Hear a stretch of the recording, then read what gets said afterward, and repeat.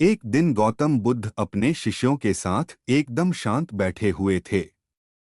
उन्हें इस प्रकार बैठे हुए देख शिष्य चिंतित हुए कि कहीं वह अस्वस्थ तो नहीं हैं। इसी बीच एक अन्य शिष्य ने पूछा कि क्या वह अस्वस्थ हैं, पर बुद्ध मौन रहे। तभी कुछ दूर खड़ा व्यक्ति जोर से चिल्लाया, आज मुझे सभा में बैठने की अनुमति क्यों नहीं दी गई है? बुद्ध आंखें बंद करके ध्यान मग्न हो गए। वह व्यक्ति फिर से चिल्लाया, मुझे प्रवेश की अनुमति क्यों नहीं मिली? यह सुनकर शिष्यों को बड़ा आश्चर्य हुआ। बुद्ध उनके मन का भाव समझ गए और बोले, हाँ, वह अछूत है। इस पर कई शिष्य बोले, हमारे आश्रम में जात पात का कोई भेद ही नहीं, फिर वह अछूत कैसे हो गया? तब बुद्ध ने समझाया, आज वह क्रोधित होकर आया है। क्रोध से जीवन की एकाग्रता भंग होती है।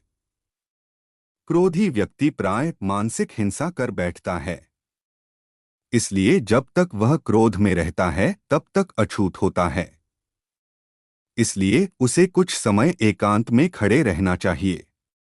क्रोधित शिष्य भी बुद्ध की बातें सुन रहा था। पश्चाताप की अग्नि में तपकर वह समझ चुका था कि अहिंसा ही मनुष्य का महान कर्तव्य व परम धर्म है। वह बुद्ध के चरणों में गिर पड़ा और कभी क्रोध न करने का प्रण लिया।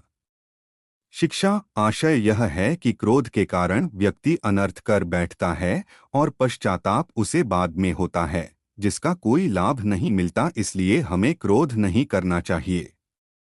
असल मायने में क्रोधित व्यक्ति अछूत हो जाता है और उसे अकेला छोड़ देना चाहिए। क्रोध करने से तन, मन और धन तीनों की हानि होती है। क्रोध से ज्यादा हानिकारक कोई और वस्तु नहीं है।